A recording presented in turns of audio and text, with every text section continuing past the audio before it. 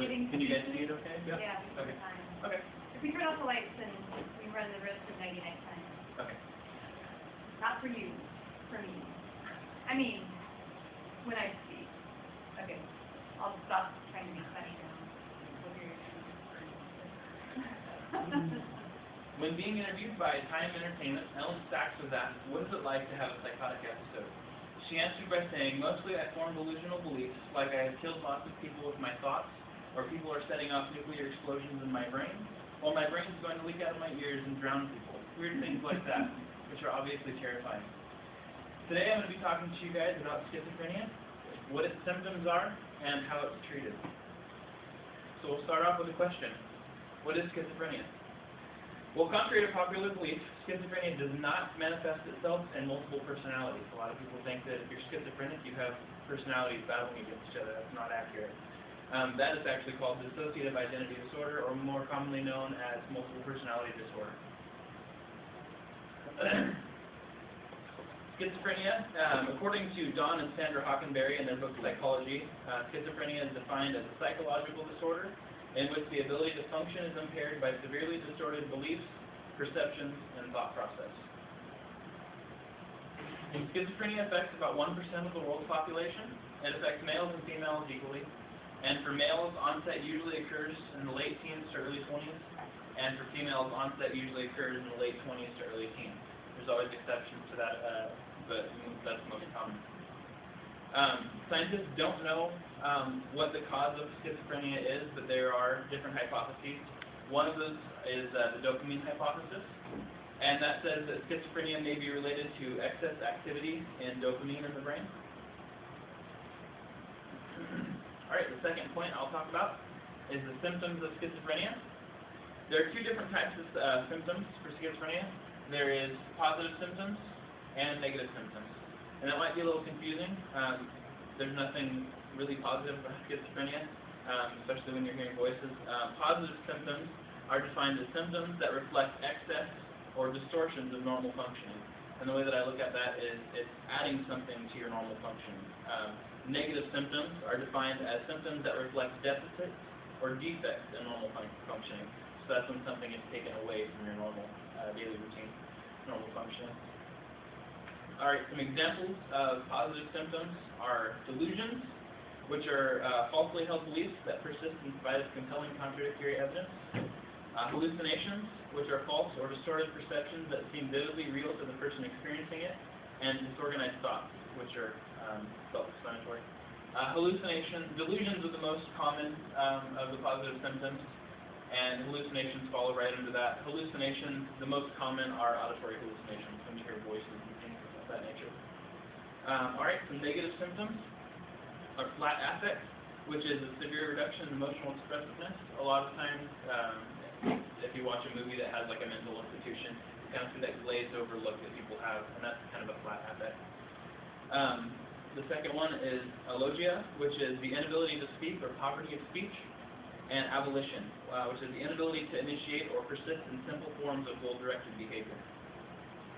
Alright, the final point that I'll touch on is how schizophrenia is treated. The first way that a lot of people think of is biomedical therapy, which is mostly consists of medications. There are a bunch of different kinds of medications that treat schizophrenia. I'll talk about some of the first ones that were introduced in the early 1950s. Those would consist of things like Thorazine and Haldol. Since then, there's about 30 different antipsychotics that have been introduced. And the second generation, those are the first generation antipsychotic medications. The second generation are the ones that are more common today, which are Zyprexa, Seroquel, Abilify, and Risperdal. And those were, like I said, introduced in the 1990s. The second type of therapy is psychotherapy. And that consists, there's a bunch of different types of psychotherapy, and these were around for a long time. Medications were used before, but psychotherapy was used probably in the late 1800s, around there. A lot of you know who Sigmund Freud is, or have heard of the name. He was one of the fathers of psychotherapy, psychoanalysis. The first one that I'll talk about is person-centered therapy. That one was developed by humanistic psychologist Carl Rogers, And it's a psychotherapy in which therapists use non-directive, or are non-directive and reflective, and the client directs the focus of the therapy session. And the second type is behavior therapy, which focuses on changing the maladaptive behavior patterns, and it's also called behavior modification. The third type is cognitive therapies, and there are 3 different types of cognitive therapies. There's rational emotive therapy, cognitive therapy, and cognitive behavioral therapy. Rational emotive focuses on changing the client's irrational beliefs.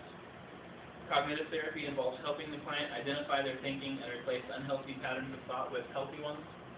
And cognitive behavioral is a combination of cognitive and behavioral therapies, and it's based on the assumption that thoughts, moods, and behaviors are interrelated. And then finally, group and family therapies, where you can combine any approach of therapy, whether it be cognitive behavioral or person-centered therapy, and it involves usually 1 or 2 therapists working with a group of people. All right, in spite of the fact that Ellen Sachs, the lady that I was talking about in the beginning, has schizophrenia, she has a graduate degree from Oxford, a law degree from Yale. She is a professor at the University of Southern California, and the author of the book, The Sinner Cannot Hold. It is obvious that life with schizophrenia would be challenging, but Ellen has proven that although it may be challenging, it is possible to lead a fulfilling and even extraordinary life.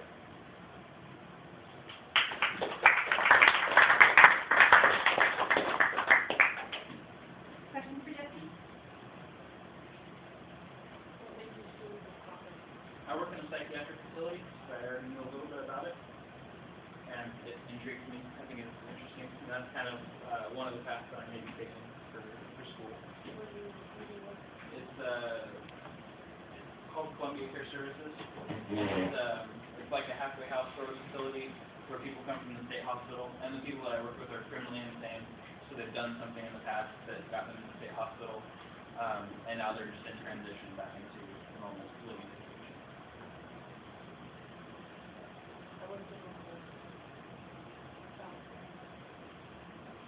So people have to constantly deal with the side effects of schizophrenia, even though the medication and the therapy, there's still the battle within their own mind. They deal with that every day. Yeah, I was the lady that I referred to in my speech, Ellen Sachs. She said that even though she's on a really good medication right now, she has good psychotherapy that helps her get through her stuff. She every day will hear voices or have some sort of auditory hallucination, and she deals with that on a daily basis. Some days she says are worse than others, and usually if you're on a good medication and you have good support systems to help you through it, then you can kind of tell what's reality and what's not. Some of the people that I work with don't, even though they're on good medications and have good support, they can't tell that at some point. So yeah, it's usually a daily struggle. How do you, seems like a person, like you said, they have to be helped enough, I guess, to know that like they have to take their medicine and Right. everything.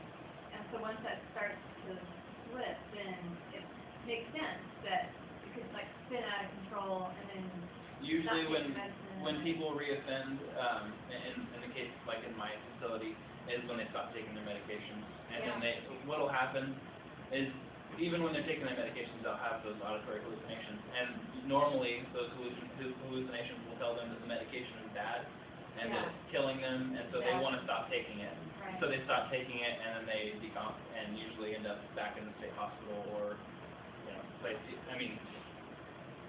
like that. I know somebody who's going through exactly this right now, and she's tricky to try to. It really is. The problem is there's no law. You can be crazy, you probably get a lot of you crazy. Right. Sometimes you get in trouble when you do something. Right. But being crazy is not against the law. Right. So that's the problem with that. If you get her, just take her medicine. That's I wouldn't say crazy, but having mental illness. all right. It's not against the law. Patient's right to take her medicine or not. Thank you.